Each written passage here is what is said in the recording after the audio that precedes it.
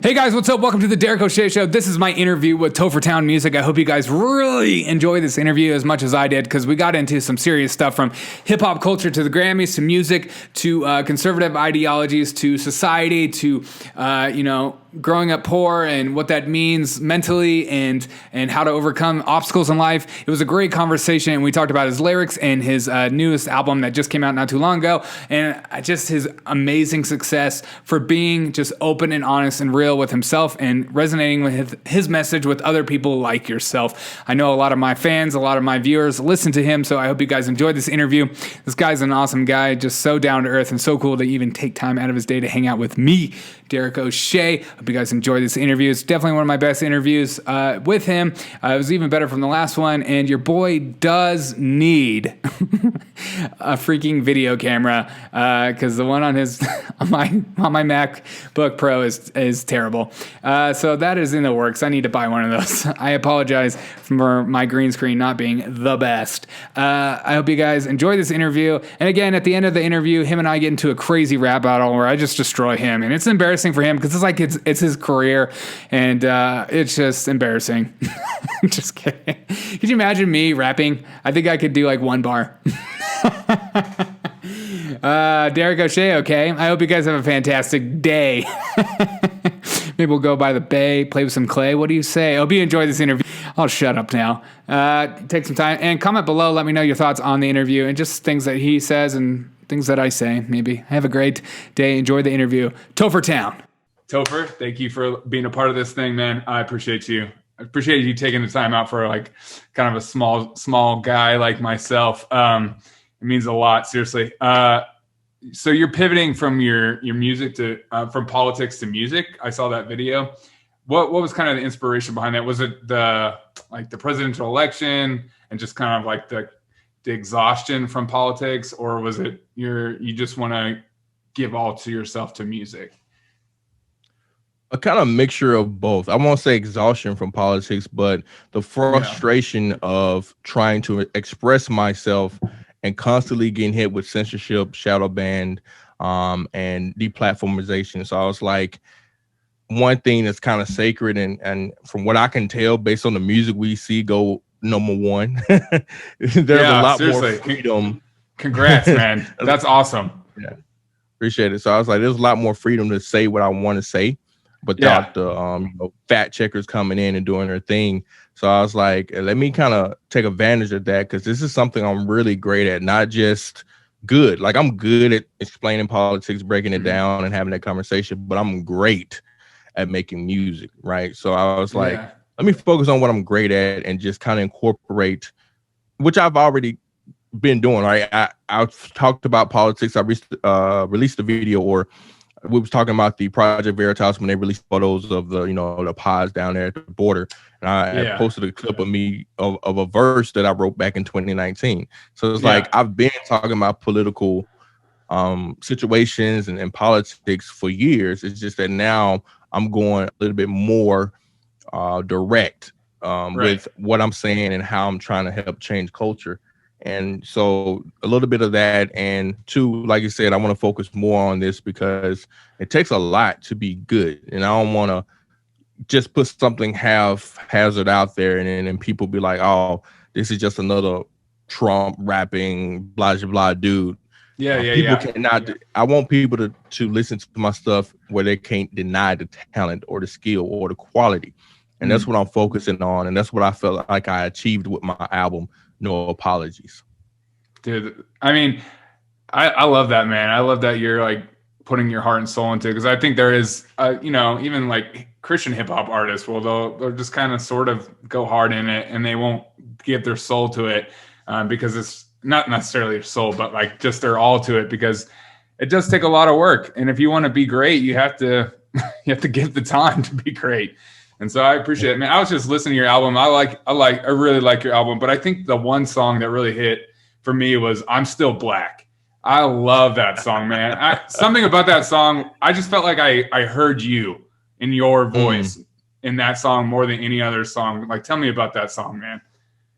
Yeah, so it was interesting. We did a podcast back with a military musician. It was me, the Marine rapper, and D-Cure. And we invited our fellow veteran artist Terry Josiah on to come chat with us, and this was almost had to be right after Joe Biden just said that if you don't vote for me or if you're having a tough time deciding who to vote for, then you ain't black. So he was he's not even a big political commentator. He don't get involved really, but he was livid when he heard that because once again, that's just very condescending to tell a person that you're going to erase their race and ethnicity simply because they don't vote for you, right? You don't hear that. You don't hear you ain't white if you don't vote for. You know what I'm saying? You don't hear that for any other race, but here we are talking about black people. So he was mad. I told him, I said, hey, bro, let's create a song this weekend, right? Let's do a 48-hour song. Let's do it. And we made it happen. And that's what we created I'm Still Black. And that was the message. It's like, regardless of my politics, whether I'm Republican, independent, bipartisan, whatever you want to call it, I'm still black at the end of the day. So you questioning that is very offensive. It should be. So that's why we created a song. And plus, I've been getting a lot of it because I'm a black conservative. And I was like, regardless of whatever you may perceive, I'm black and nobody can take that from me. And that's why I just kind of vented my frustration. And like I said, been a target of that hatred, of that vitriol, been a big influence on TikTok and Instagram. I needed a song, and I had to remind people that you can uninvite me to the cookout all you want. You can't take away this pigmentation that I have. So good luck, buddy. Dude, that's got to be so frustrating. I mean, honestly, so one of my good friends is black, and he would always get categories as you don't act black, you act white, and like because he played music and he was in band and he talked. He always said people would make fun of him, say you talk white and stuff like that, and I would get so angry because that is so racist, and that I just hate compartmentalizing people. Like, okay, like me, I'm a white guy, I have a beard. Oh, that means that I have like a huge truck and I shoot guns every day and I'm full Trump supporter and I got Trump flag. I don't have any of that stuff. And so like people are like just categorizing people based on their skin color and saying you can only act this way. And especially something like voting and like ideologies and like you can only stay here. And I saw that I know you used that Candace clip about the House N-word. That was Beverly Beatty. That's it. Yeah. that clip right there. I mean, talk to me about that one. Cause that I feel like I'm not even allowed to talk about that, which is so dumb in today's culture, but it just frustrates me for you, man. Yeah. So that was, Get Back to the Truth is the song you're talking about. And I sampled Beverly Beatty's video.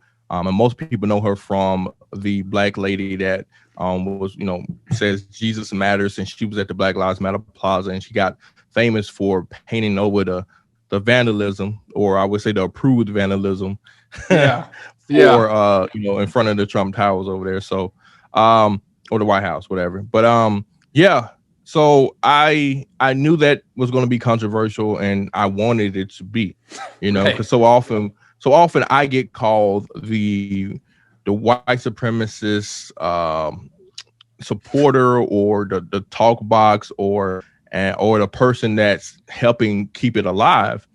And I made a video about this and it frustrates me because I was like, wait a minute, I'm not keeping anything alive. If anything, they have no issue with me because what I'm doing does not interfere with them. Right. Let's talk about why they hated black people. One, they were violent. They came into the communities and brought down the value. Only thing that really bring down value is criminal behavior. Okay. On par and par, we're talking about conservatism. We're far less likely to commit a crime. We're far less likely to be dependent upon them. They hated people that was taking money from them and taxes and stuff like that. So we're far less willing to be dependent or able to be dependent on them. And so I'm just saying, just thinking like you guys are the ones that's making them angry and upset is when you perpetuate this behavior, this as I call it, just bad behavior and situations that they can categorize all black people into. And I feel like I get stereotyped as I wear a hoodie, right? I wear all kind of hoodies, but people look at me in a hoodie sometimes as a bad guy, not because I'm black, but because of the things black people have done in hoodies or people have done in hoodies. So I was like, no, I'm not going to be mad at the KKK person because I have no issues with him, right? But I'm going to be mad at you because now people are going to think, oh, black man, bad man. It's like, no. That's why I try to get our voices out there and make sure that we're seen and wake them up. It's like you have so much more power than you know. And I feel like getting back to the truth, like I say, it's situation dire. We need to crack open the Bible. And I think once you crack open that Bible and see what God says about you, that you are fearfully, wonderfully made, that, he for he so loved the world that he gave his only begotten son, that there's some extreme value in your life if you so choose to accept that and realize that, then your behavior will reflect that. And that's all I'm trying to say. I'm not trying to bring down the black race, as they said, but I'm trying to push a mirror in front of them. Like, look, the truth is, regardless of what's going on or how much you could blame on a white man, it wasn't a white man that beat my mama when I was a kid. It wasn't a white man that shot up their store and killed that young lady. It wasn't a white man that jumped the 15-year-old girl. It was a group of black boys, So this whole idea that our immediate threat and number one threat is white supremacy is just bogus. Yeah. Wow. What do you think about that? That quote, the most dangerous man in America is a white liberal. Well, heck, I don't even agree with Malcolm X to a certain extent, but he had it right when he said that I'd rather deal with the conservative than a white liberal. Because like you said, they're foxes. So foxes tend to befriend the sheep and make it seem like they're not going to do anything. And then when they let their guard down, boom. Versus a wolf, like there's no question. A wolf is like, I'm not finna front, I'm finna come eat you, right? So right. You can, to avoid wolves and you stay away from them. But foxes be like, oh, come on over here, I'll be nice to you, I advocate for you. But at the end of the day, I still think I'm better than you. That's why you need my help. I think I'm smarter than you. That's why I need to tell you how to vote, and especially when you don't vote the way I think you should vote. And that's the dangerous mentality that, to me, continues to oppress certain people in America. And that's why I say we got to break out of that and be a free thinker and actually think through. Everything is not because of big government. A lot of stuff is because of personal choice, and we got to take that accountability. Man, you're speaking my language right there. I think it was definitely set on a pedestal and shown to us even more. The recent shooting in Boulder, Colorado, was very publicized and very terrible. But at the same day, 15 people were shot in Chicago. That's more people than Boulder, and no one said anything, nothing. And it's because they don't care. I mean, I don't know. That frustrates me. I don't know your thoughts on the whole. They chalk it up to poverty, right? And that's why I told people, I don't know if you saw my recent post about poverty. I said I find it extremely offensive when a white liberal justifies or tries to shove off my violent behavior because of poverty. It's like, well, reason why black people commit more crimes because they're in poverty. It's like, no, it has nothing to do with poverty. Yeah, I grew up poor and I never committed a crime like that. It has everything to do with the individual. So stop trying to pass this off on that. And if it had to do with poverty, then why are there different variations of crime between communities? Because Hispanics, they don't have violent crime like we have violent crime. They may have other things that are, and I think things that are attributed to poverty should be like theft, like things like that, avoiding taxes, anything dealing with that. Murdering people, raping people, selling drugs has nothing to do with poverty, and I hate that. And we're passing that off. It's like, no.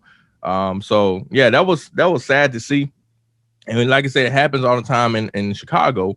But the crazy thing to me about the Boulder thing was immediately they try to say that I think his name was Ali Assad. I forget what his name was, but Yeah. he was from Syria refugee.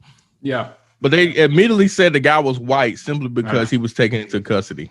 Right. It's like, what? And apparently it's not a hate crime because all 10 were white, but it's not a hate crime because, that, nobody commits hate crimes against white people, apparently. But, when it's, it's 6 Asians and 2 whites, it's a hate crime, against Asians. That's how the world works, apparently. And because the guy was white too, right? The perpetrator was white. So then it's a hate crime. Even though he himself said it was because of the addiction, but whatever, it's still hate crime. So I get irritated with that because we're pushing false narratives that do nothing for the people. Everyone pushing this do not have the victims or future victims' thoughts in mind. They don't care, because me saying this is white supremacy when it's not, is only going to make us miss the mark and overlook the real issue, which does nothing but create more people. We need to get to the root of the cause. If the cause was because someone hated someone specifically because of their skin, let it be. Let that come out in investigation, and which once again is a very rare occasion. I'm tired of people making this seem like this happens on a daily. It's very rare. People are not as racist as we make them out to believe. So yeah. I'm with you, man. I get so frustrated.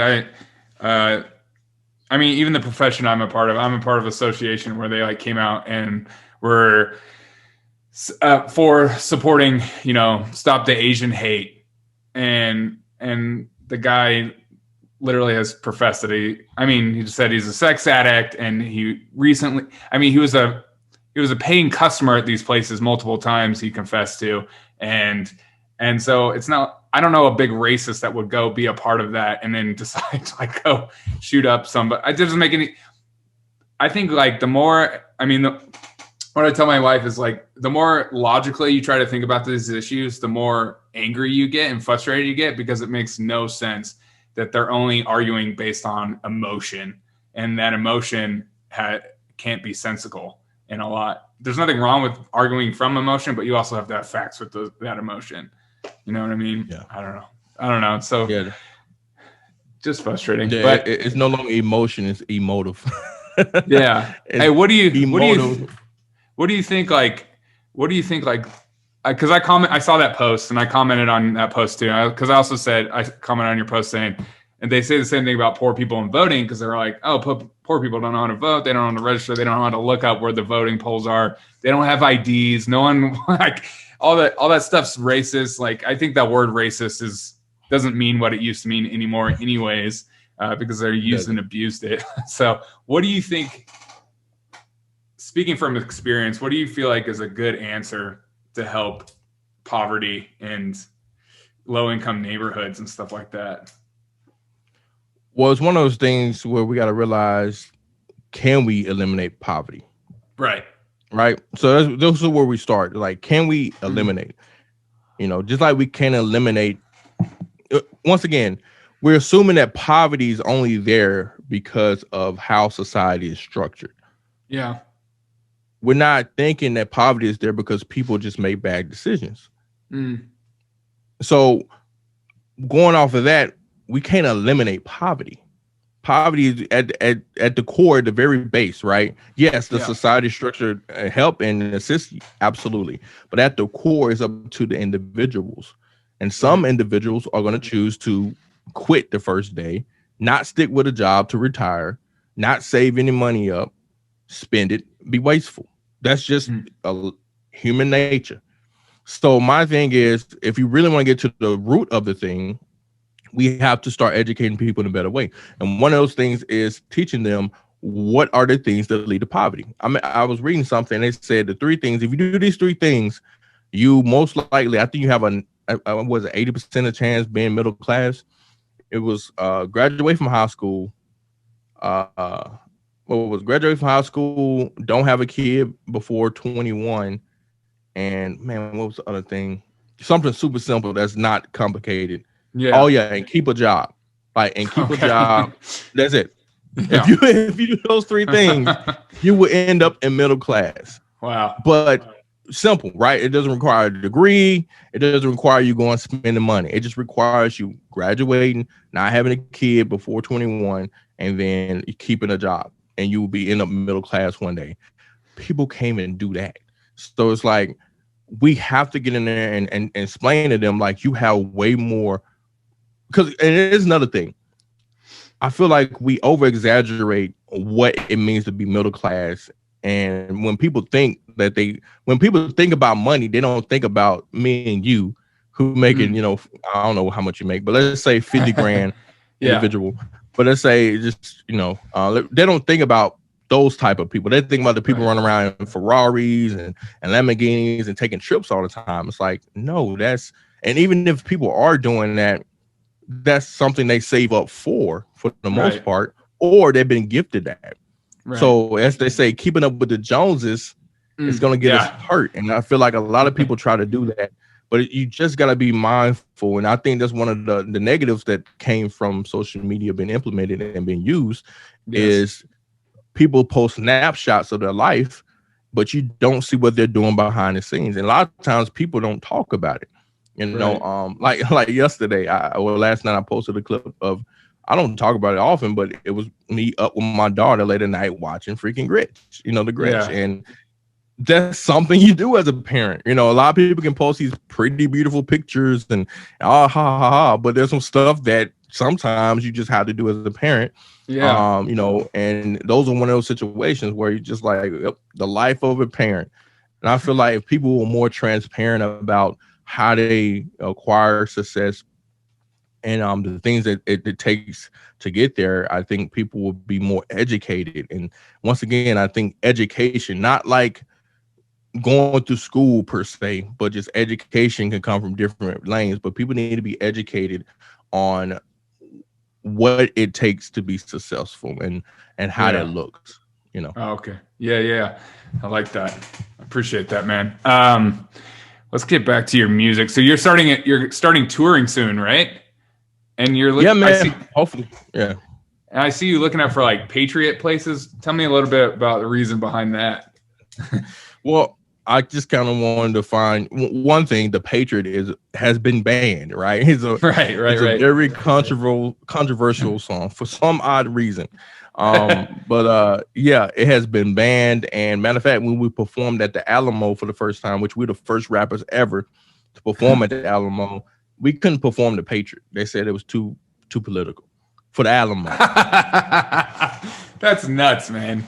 I'm like, it's the Alamo though. Like, it's not like we're at a nursing home. This is like a legit battleground. Like, what are we talking about here? Yeah. But anyway, so yeah, we couldn't perform it. So I'm like, well, I need venues where I can perform my song, The Patriot, without any problems.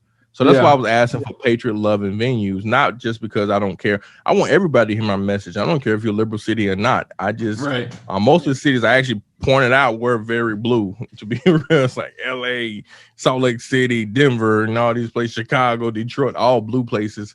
But I wanted some venues that are gonna be friendly. One, like I said, so I could perform my music without any limitations, and two, I just wanted a place where people can come and feel free. They don't have to feel ashamed of being who they are, what they believe. They can come have a great time, enjoy the show, throw back a few drinks, have some good conversation. I know a lot has, went down during the pandemic with people, and a lot of people have struggled. And I just want to make sure that we can just enjoy life for a few hours. Dude, I like that. Are you being like the whole Patriot thing and being associated with Trump and all that comes along with that? Do you get nervous performing on stage ever? For like no. Okay. We mean like as far as maybe like someone's gonna try to do something dangerous or something? Yeah. I mean, I saw you connected with the bulletproof vest and stuff like that, and I was like, oh yeah, I'll try to sign up for that. I would like that too. But but I'm just curious. Like, I would probably be a little nervous. In the back of my head, I would think like I would scan the crowd and all that crap. But maybe that's just me.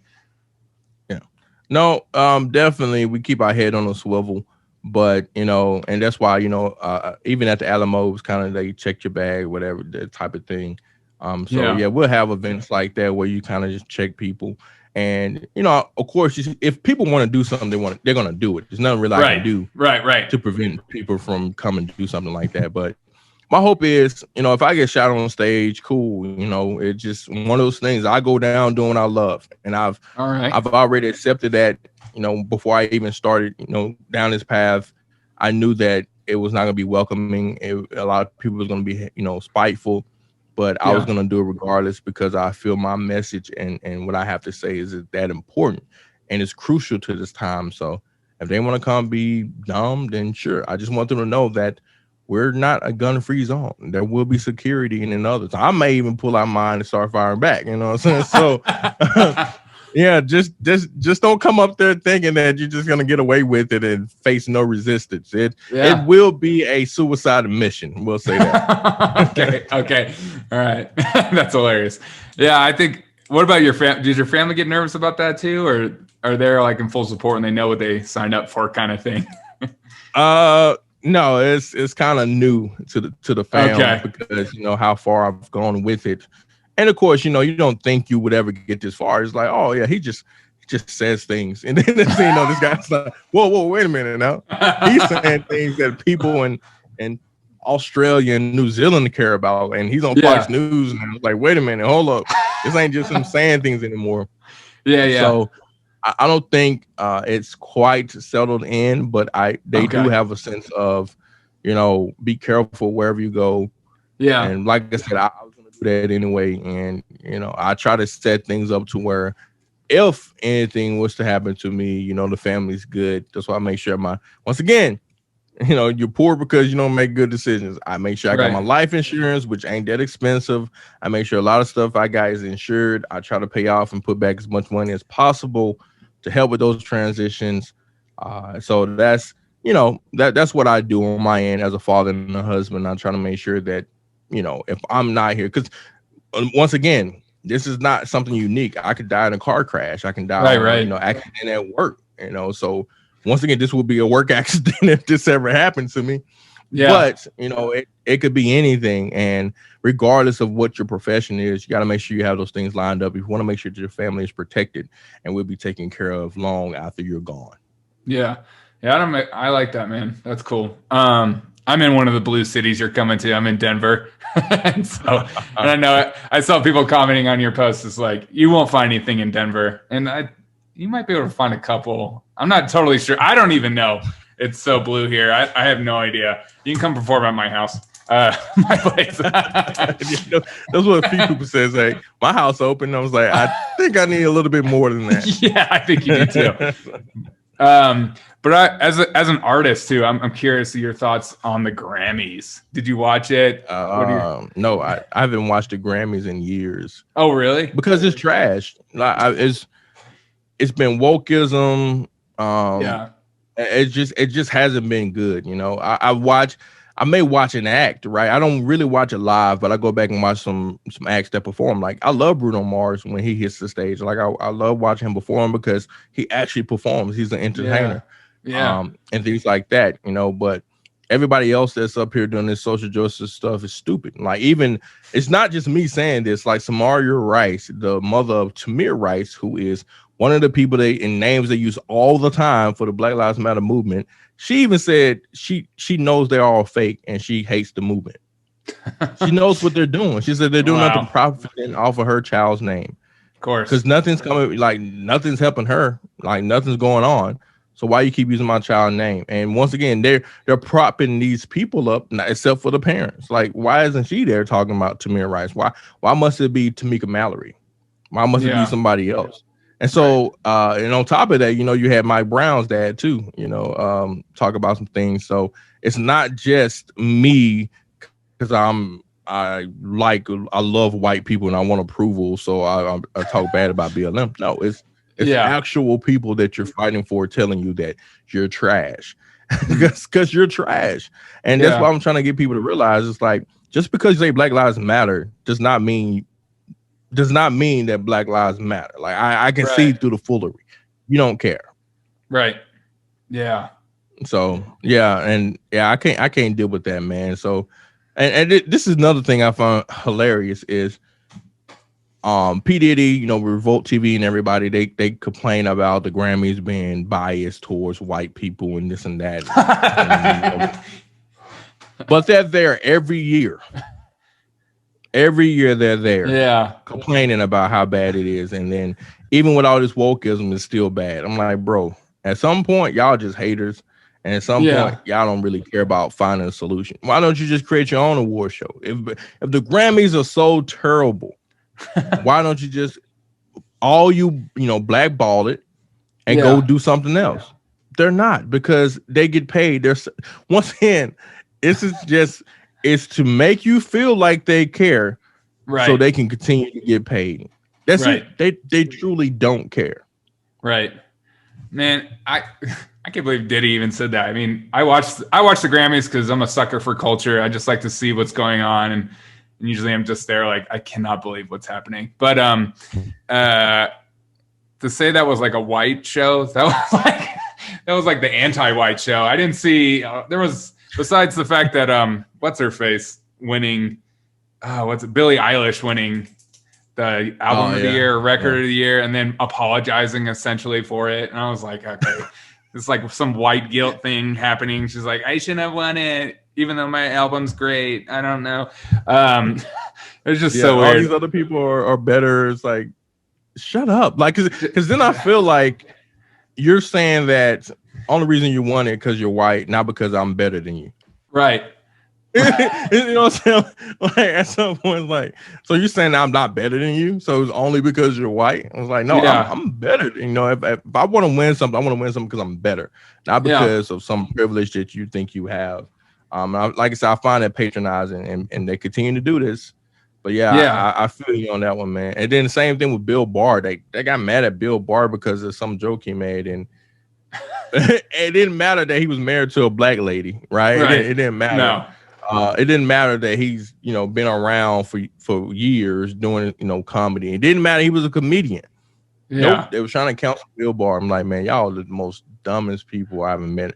I just don't get it. I really don't. I'm trying to comprehend this on a daily basis. I try to digest it and break it down. Just doesn't make sense. I know. I'm trying to tell you. I'm trying to tell you. You can't think about it, man. It'll drive you nuts. It just doesn't make any sense. I mean, even Beyonce, she became the most awarded artist in Grammy history for male and female. And we're still in this racist civilization. I'm like, what? That doesn't make any sense. There's no sense. Doesn't make any sense. Unless the awards were given out of pity or something. And there's no way. Whatever, man. I appreciate. Hey, who are your top 5 favorite rappers right now, as an artist yourself? Man, live. I know live. No, dead. Let me. Tupac, Biggie. Yeah, I know. Like, I can't. I'm just messing with Kamala Harris. There's a little jab at her. Yeah. When they asked her favorite rappers alive, she was like Tupac. She's so fake. But, she is so fake. But I would have to say Jordan Lucas, Logic, Hobson, NF, and then Hobson, of course the crew, D-Cure and the Marine rapper, man. Those are my bros, man. They be killing it. I love working with them guys. They keep me on my toes and keep me producing great music for everyone. So I had to say those people, even though Logic's retired. Even though he's retired, sure. But I still go back and listen to his stuff, man. The man goes off. So I would say those, honestly. And to be true, they're not even mainstream artists. They're more underground. But I just love the authenticity, the creativeness they bring to everything, and that's why I rock with, man. Yeah, that new NF song Hobson, Lost. That's a banger. And even that video, have you seen that music video? They're like in the god, that production value is ridiculous. Yeah. And this dude covered in snow, like it was so real. Just like this I know, get up and snow rapping. It's like he went up to find Hobson just so he could do his verse. No. and then they go out, and I don't know if you saw the ending part where they had all the other black balloons just all scattered across. Yeah, so it's just more lost people, I guess, they were going to find. But it's crazy, man. I love stuff that. like that. Me too, man. What do you think about Tom Arnold? He's kind of a high profile, not signed artist. Tom Arnold or Tom McDonald? Tom McDonald. That's it. Okay. So I don't know Tom Arnold. I don't. I think isn't Tom Arnold an actor? I don't know. I think he's a bad comedian that was married to I don't know, whatever. But yeah, Tom McDonald. What do you think about him? I think the guy's great. I mean, I definitely believe he got talent. I love his work ethic. You know, at any point, man, like you cannot deny what he's doing. Yeah. The guy's getting views that major artists literally get. Like he's getting million views in a day. Yeah. It's like, so, you can't deny that, and so that's why anytime someone bring him up, I'm like, man, much kudos to him. One day we'll possibly work together. I'm not pushing it. I'll always extend him an invitation to collaborate, but once again, it's on him. Yeah. And it's just, I think he's pretty dope, man. I can see that. I'm glad that he's not pivoting, but showing people like, I'm not just going to keep feeding, as he said with the comparison, I'm not just going to keep feeding you, what's it, apple pie? I'm about to feed you cherry pie now. Like, something like that.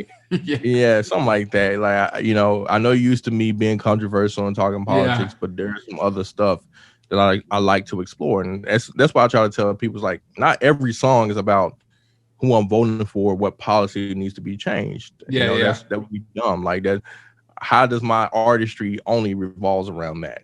So that's why on the album you have songs like Through the Rain. Like Through the Rain has nothing to do with anything except survivor's remorse, which a lot of people face when, especially when you come back from, touring overseas and your battle buddies, they didn't make it with you, or people here who survive, mass shootings or things like that go down in Chicago, and you develop that PTSD and you get that guilt of, why you survived and why you the one that, did not go down with your, your friend or your family member. So I just want to create a song, touching on that topic. So I tell people all the time, it's going to be some stuff that I want to address because, I think it's important, but also it's going to be some other stuff that I'm going to talk about because I think it's very important as well.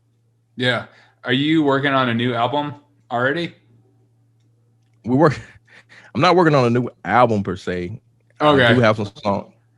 We're gonna release a song, me, the Marine rapper, and D-Cure, Wellerman remix. So it's another Scottish, interpretation, hip hop mix. It's gonna be really great, just like we did for the Patriots. So it's gonna be a really great song. But we're gonna be releasing a Space Force project here, probably midsummer. So that'll be my next project that I'll be working on and putting out. And I may or may not do another album by the end of this year. If not, for sure next year. But I will be putting out a lot of singles, and I got some music videos that I'll be putting out here soon too as well. That's awesome, man. That is so cool. That's cool, man. Well, I appreciate you coming on, man, and just talking with me and hanging out. And keep doing what you're doing. And I would love to connect when you coming through Denver, man, just to meet you in person instead of just the Zooms. Yeah, man, that'd be awesome. Like I said, please come out. I try to make them. I'm trying to set everything 2 months out at least at minimum, so people have plenty of time to take off work, save up money, even though the tickets ain't gonna break you, but whatever you need to do so we can make that happen. I want the most people, maximal participation as possible. So I'll definitely have that out for you to check out, man. Sweet, man. I'll definitely be there. I appreciate it, man. Have a good day, man. Keep doing what you're doing. Keep fighting the good fight, man. It's worth it. Yes, sir. All right, man. All right, man. Peace. Peace.